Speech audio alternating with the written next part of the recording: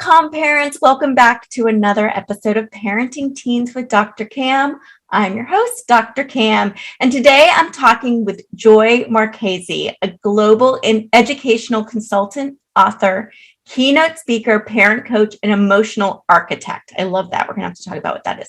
For 25 years, Joy has worked with thousands of children, parents, teachers, and professionals to help foster a happy and flourishing environment in the home, in schools, and in the workplace.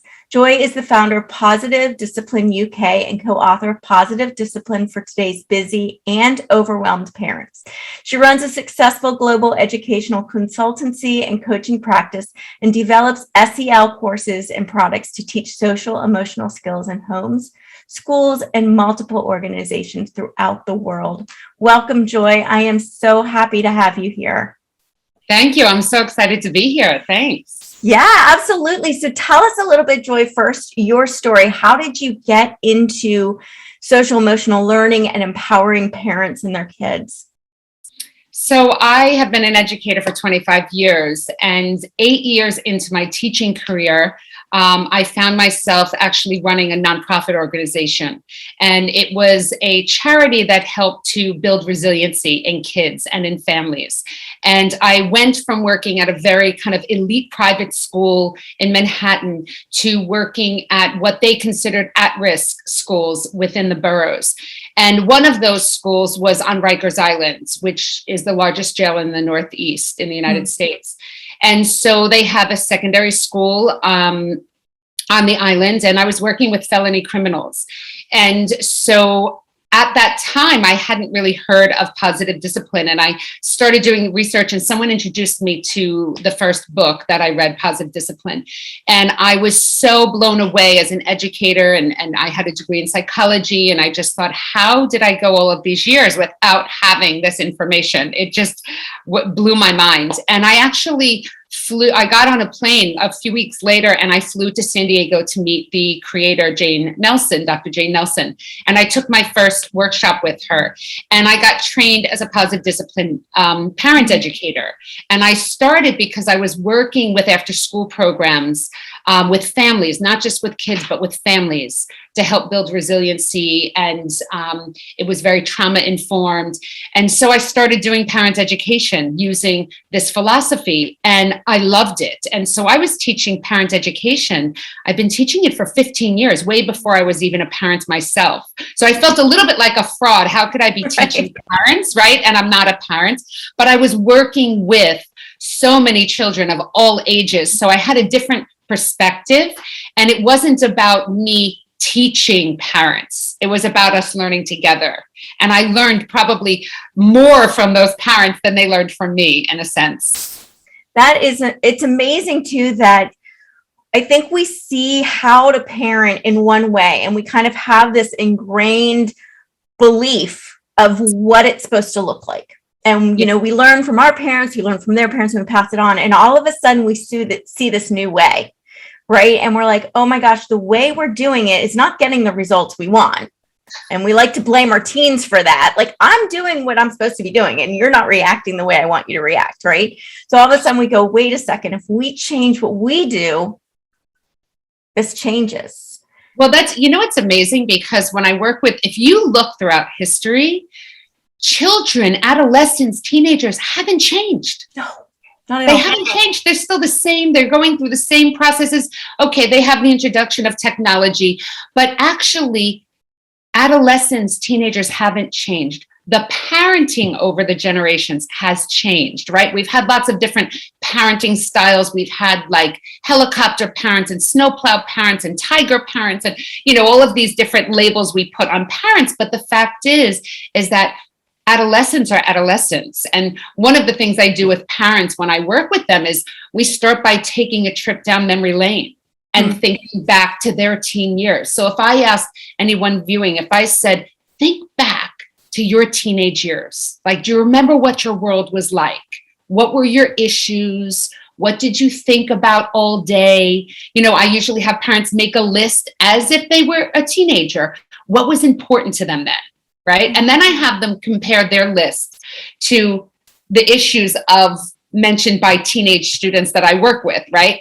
And it's almost the same. Like they were thinking, what should I wear? How can I be popular or at least be included? What should I do about drinking and drugs and sex and what's happening to my body? And will other kids think I'm cool? And how can I get my parents off my back? And should I go to college? And, what is there to do? I'm bored. So, it's those challenges for teens are still the same, right? And it's how we deal with them as parents. So, the parenting with each generation has changed because, as you said, we learn to parent from our parents. So we either do exactly what they did because that's all we know, or we do the exact opposite because we resent what they did with us. Right. Right. And we're doing everything differently. So how do we know that positive parenting isn't another kind of fad of parenting? Like, what is different about positive parenting than what we've done in the past? So I think what's important to note, at least with the philosophy of positive discipline, which is what I work with, and the book that I co-authored was with Dr. Jane Nelson and another colleague, Christina Bill, and it is based on Adlerian psychology. Alfred Adler was a Viennese psychiatrist. I'm talking over a century ago. This is not new stuff. He was the grandfather of individual psychology or humanistic psychology. So he studied relationships and he was doing parent education over a century ago. So, I think in some sense, we're now more ready, ready for it. I think it was taboo in the past to really talk about, when a parent, sought help, it was seen as, they're failing. And I think we have changed in society in the sense that, we used to have that village. We used to have the people around us that helped us. And so many of us are now separated from our families. I mean, I'm a New Yorker living in London. I've been raising my daughter, my husband's French. So neither one of us have family around us, right? So that whole, it takes a village. It does take a village. And what happens when you don't have that village around you? So, Alfred Adler was a pioneer. He was way ahead of his time. So his work has been around for a very, very long time, as I said, and now research is actually finally proving all of the work that he did. And I would say one of the most important aspects of his work was that all human beings, including children, deserve to be treated with basic human dignity and respect. And a big, mantra or golden nugget from his work that I live by in my life is connection before correction.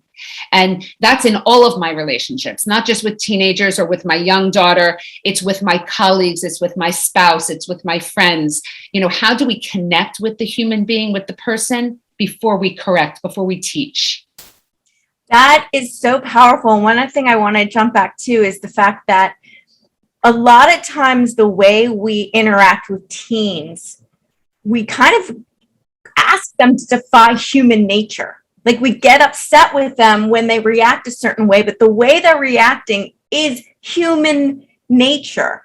And so I like that you're saying this works for everyone across the board because we're all humans acting in the way that we're programmed, right? That we're programmed to work, the way our brains work. So tell us a little bit more about this connection before correction, because I'm completely on board with that too. And I talk about the same thing. So I really want to learn from you how you communicate that. So I think when we think about connection, we can think of that as kindness and respect and belonging, making sure that the person feels a sense of belonging and connection. It's one of our basic needs as human beings, is just connection.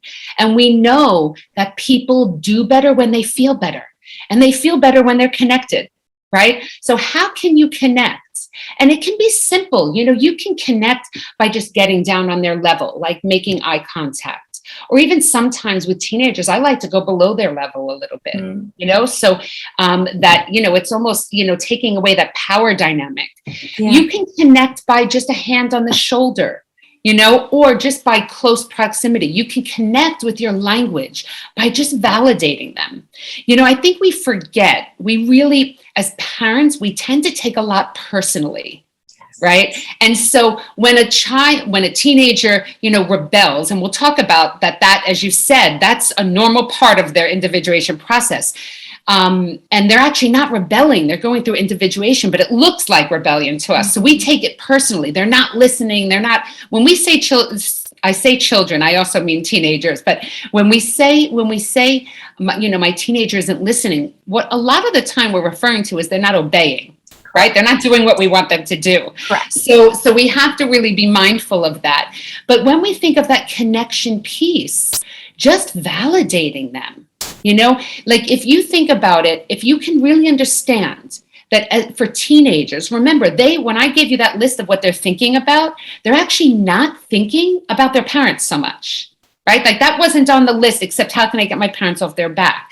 They're not thinking about their chores that need to be done or their home. It's not a priority for teens. And it doesn't mean they shouldn't do those things, but it'll help us if we understand that their priorities are not the same as ours, right? So if I just say to my teenager, I can understand that chores are not a priority for you.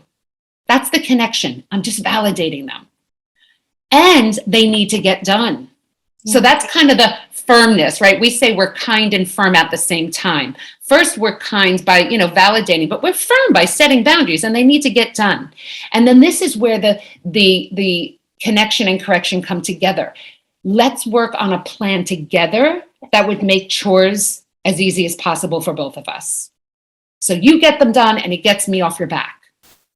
Right? So if you were to approach a teenager that way, they'd probably have at least they'd be open to talking about it, rather than you better get these chores done or you're not going to have your phone for a week. Like it just doesn't, then you're getting into a power struggle. Which we get into a lot. So why are parents, even though we do it over and over and over again, and it still gets the same not good results, why do we keep doing it? Why do we keep I call it phone snatching. Why do we love snatching the phone away? Why is that our go-to? That's the definition of insanity, right? Einstein's definition, doing the same thing over and over and expecting different results.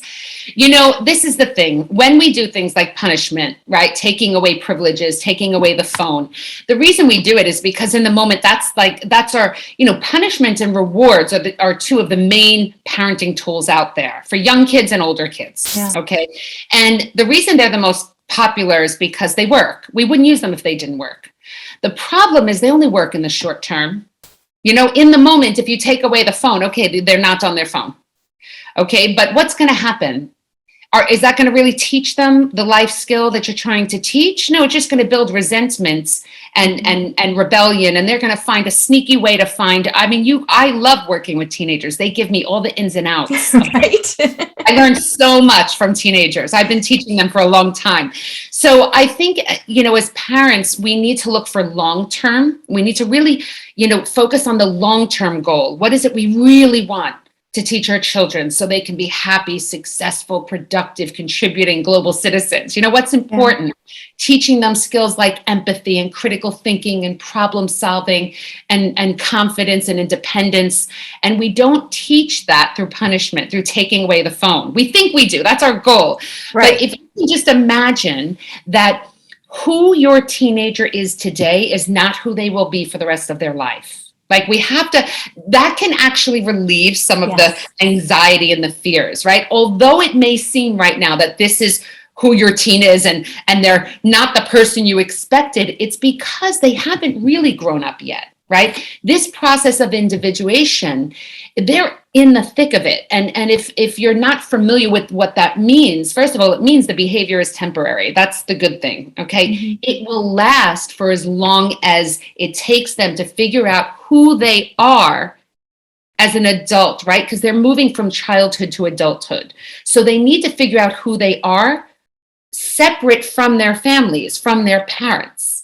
And so that when you can see it with that view, you can actually take it less personally, right? So a lot of the time the individuation looks like rebellion to parents. And If you just know it's a normal process, then it won't be so frustrating and scary, right? We also have to remember that during this process, they're going through huge physical and emotional changes. Mm-hmm. And many of these biological changes, they're essentially out of their control. So it's not an excuse. It's just coming from a place of understanding and meeting them where they are. We also have to remember that peer relationships during this time take precedence over family relationships. That's part of the process.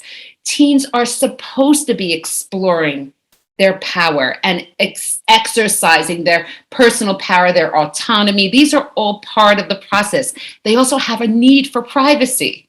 And we see that as selfishness and sneakiness. But this is part of the, as you said earlier, Dr. Cam, the normal human process that's been happening for generations and generations, right?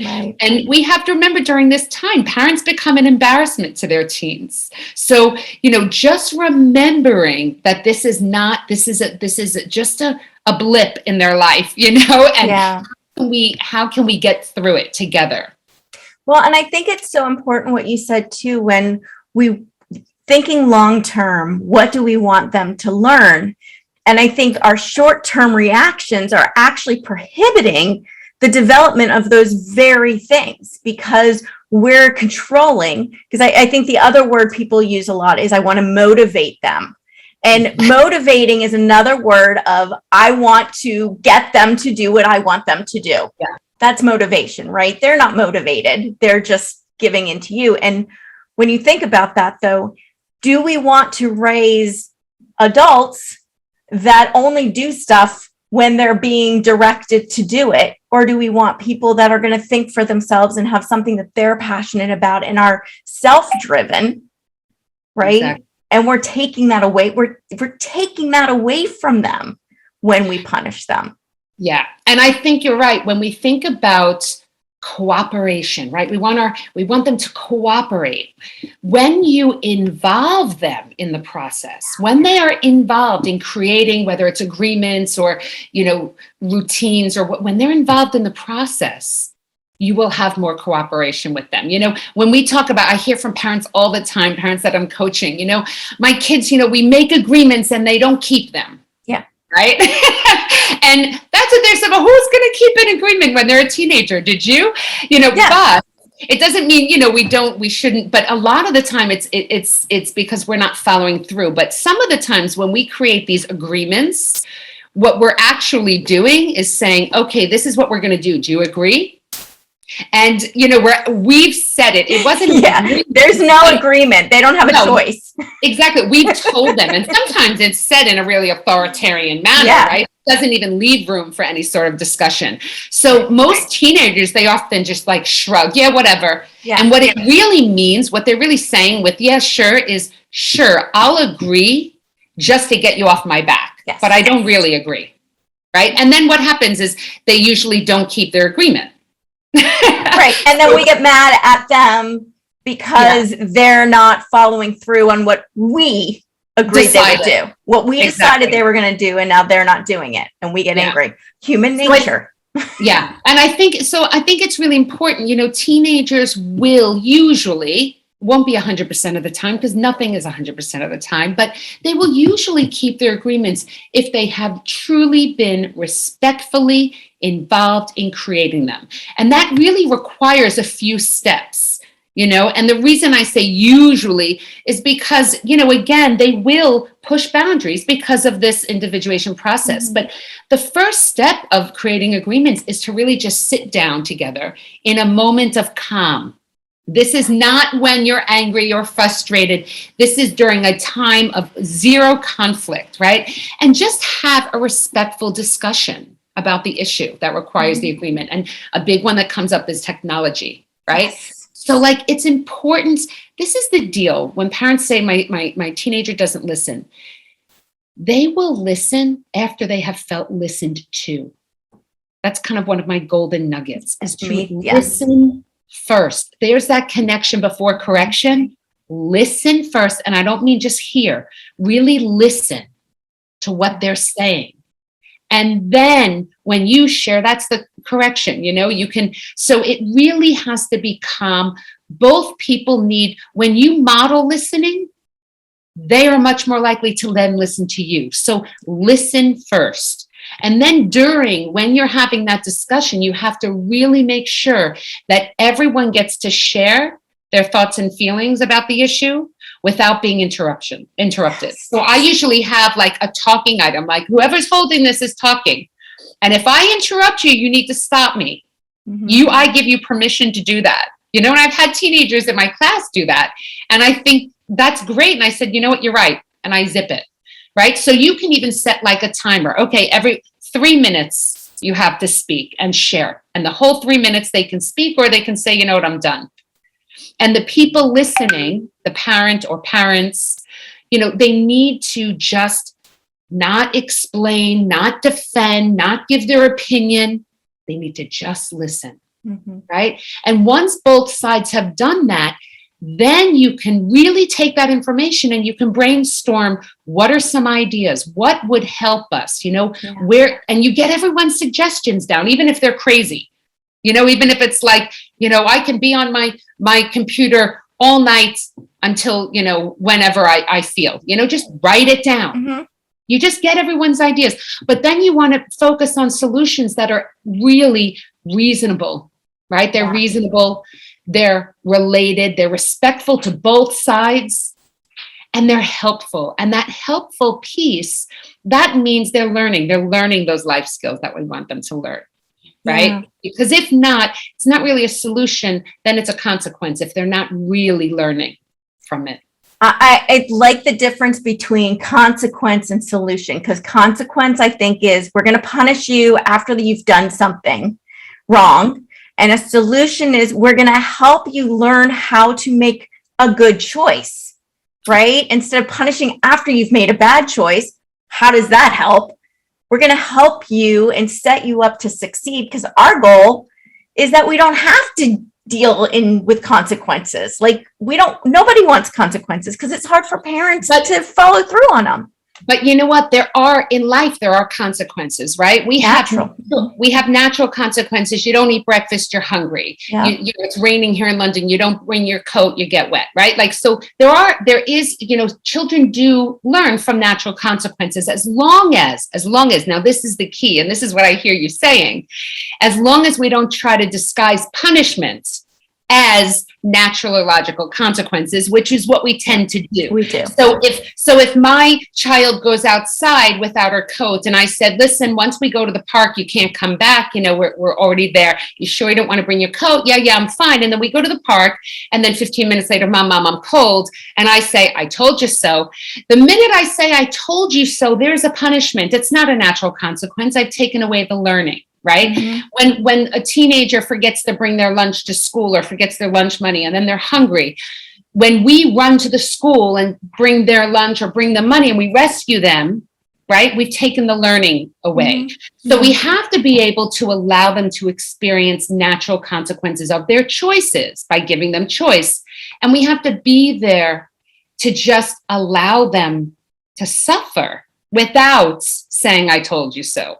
Right? Or I knew, because then the learning goes away. And I think it's important that we can have even logical consequences that are respectful, reasonable, and related. We can have logical consequences. If we create agreements and they're not kept, as long as we know in advance, there can be. The problem is that consequences are not always solutions because they're not always helpful, but solutions are always consequences because they're always respectful, reasonable, and related. So that's why this is one of the things I loved as an educator and as a parent with positive discipline is that we focus on solutions. It's a solution focus. And if you think of taking this skill of focusing on solutions into the workplace, if that's your mindset and you're always solution focused, imagine what an asset you'll be in a company, either your own or somebody else's. It's amazing. And now you're modeling how to resolve things and problem solve for your teenagers and helping them learn how to do it. And I can't think of a better skill to give our kids than the ability to look at a problem and figure out a solution. Yeah. Like that's huge. And I think a lot of times we see so many kids, and I hear this, it's like they don't try, they just give up, they have a sense of helplessness. Well, that's because they don't have the ability to look and problem solve because they're afraid. They're afraid they're going to make the wrong decision and get in trouble. So we learn just not to do it, right? Instead of going, I'm going to try, it may not work, but at least I'm going to try. Well, a lot of that fear comes from not being given the opportunity to fail, right? Like, how do we grow? By making mistakes and learning from those mistakes. And, I talked about those different styles of parenting. When we look at the helicopter parent or the snowplow parent, right, that's paving the way for their child, or they're fixing it and they're doing things. I have this, and this goes for teenagers as well as young children. Don't do anything for a child that they can do for themselves. Yes. Right? Like, don't do it. They can do it. Let them struggle. As parents, we never want to see our kids struggle. It pains us to see them struggle. But if we can remember that it's like the butterfly trying to break out of the chrysalis, right? The butterfly needs to struggle and build its wing muscles so it can fly and thrive and survive in the world. We need to allow our kids to struggle a bit, right? We need to let them build their resiliency muscles so that they can fly and thrive and survive in the world. So anytime we want to jump in and fix or rescue or, come up with a solution for them, we need to pause and just take a step back and just be there. Yeah.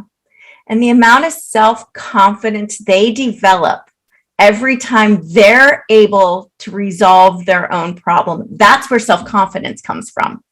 Yeah. Being able to come through that. And I think what's interesting is a lot of parents we want to save because we don't like seeing them struggle. However, often we create unnecessary struggles because of the restrictions and conflicts and expectations we set on them that aren't fair. So we're creating all these additional problems that aren't solvable because we've created something that's not solvable rather than giving them the space to solve what is solvable. So I think that's one thing to kind of look at as well. Yeah. So Joy, how do people find you?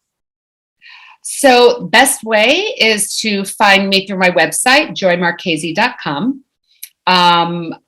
You can also email me, joy@joymarchese.com. And you can find information about my book, Positive Discipline for Today's Busy and Overwhelmed Parents. I know it's a mouthful. But it's spot on. But there's lots of really practical tools for all ages. It even talks about couples and relationships. So, and the workplace. How do you apply these same principles in all areas of your life? That's great. So any parting words of wisdom or encouragement for parents with teenagers? I just, two things. Remember that who they are today is not who they will be forever, right? This too shall pass in a sense. And remember that connection before correction. How can you connect first? And sometimes that means just connecting with yourself, right? So making sure that you are calm and grounded and, before you respond. That is so important. I love that. Thank you, Joy. I'm so grateful you could join us today. Thank you, Dr. Cam. I loved being here. And thank you, parents, for taking time out of your busy day to spend with us. If you want to learn more about how to help your teens succeed, you can grab my top 10 parenting tips at askdrcam.com/parenting tips. Finally, if you enjoyed this episode and all the helpful strategies Joy shared with us, please take a quick moment to rate and review. This helps other parents like you find this show. I encourage you to share it with a friend as well. Until next time, have a peaceful, positive, calm day.